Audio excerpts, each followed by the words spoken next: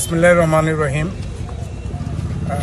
বাংলাদেশ জাতীয়তাবাদী দল ত্রয়োদশ জাতীয় সংসদ নির্বাচনের যে অংশগ্রহণ, আমরা আজকে এই অংশগ্রহণের একটা পর্যায়ে আমরা আজকে মনোনয়নপত্র দাখিল করেছি।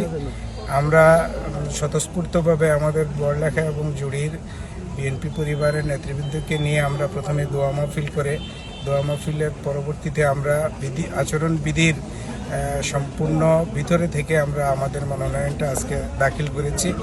আমরা আশা করব এই মনোনয়নের বাছাই পর্ব শেষে এই বর্তমান অন্তর্বর্তীকালীন সরকার এমন একটি নিরপেক্ষ সুন্দর নির্বাচন উপহার আমাদেরকে দিবে, আমরা যেন সকলে মিলে সুন্দরভাবে এই নির্বাচনটা উপভোগ করতে পারি এবং আমাদের দায়িত্ব পালন করতে পারি।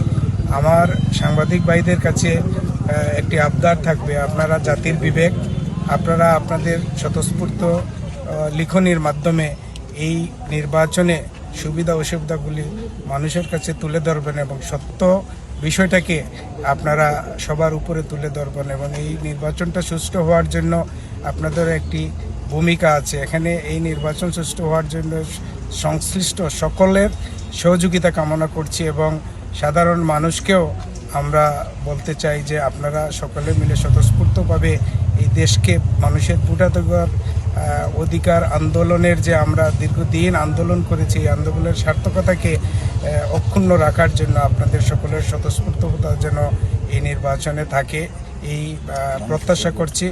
এবং আমরা চাই যে আমাদের দানের শীষ প্রতীক নিয়ে আমরা নির্বাচন করতেছি। আমাদের ভারপ্রাপ্ত চেয়ারম্যান মহোদয় জনাব তারেক রহমান ইতিমধ্যে আপনারা জেনেছেন যে উনি বাংলাদেশে এসেছেন এবং আসার পরে আমাদের নেতাকর্মীদের ভিতরে যে স্বতঃস্ফূর্ত উদ্দীপনা সৃষ্টি হয়েছে, আমরা মনে করি এটা থেকে আমাদের দানের শীষের বিজয় সুনিশ্চিত হবে এবং আমরা ঐক্যবদ্ধভাবে কাজ করতে পারবো। আমি একটা জিনিস এখানে উল্লেখ করতে চাই, আমরা একটা বৃহৎ রাজনৈতিক দল, বাংলাদেশ জাতীয়তাবাদী দল, বিভিন্ন জায়গায় আমরা মনোনয়ন প্রত্যাশী হিসেবে আমরা 2 3 জন বা একের অধিক 3-এর অধিক মনোনয়ন প্রার্থী ছিলাম এবং তারই অনুসারিতে আমরা হয়তো বা কিছু নেতাকর্মীরা আমরা আমাদের ভিতরে একটু আভ্যন্তরীণ প্রতিযোগিতা ছিল।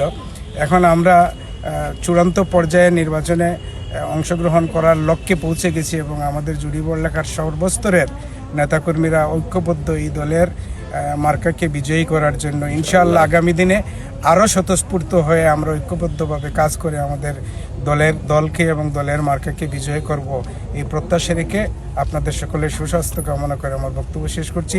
ধন্যবাদ সবাইকে।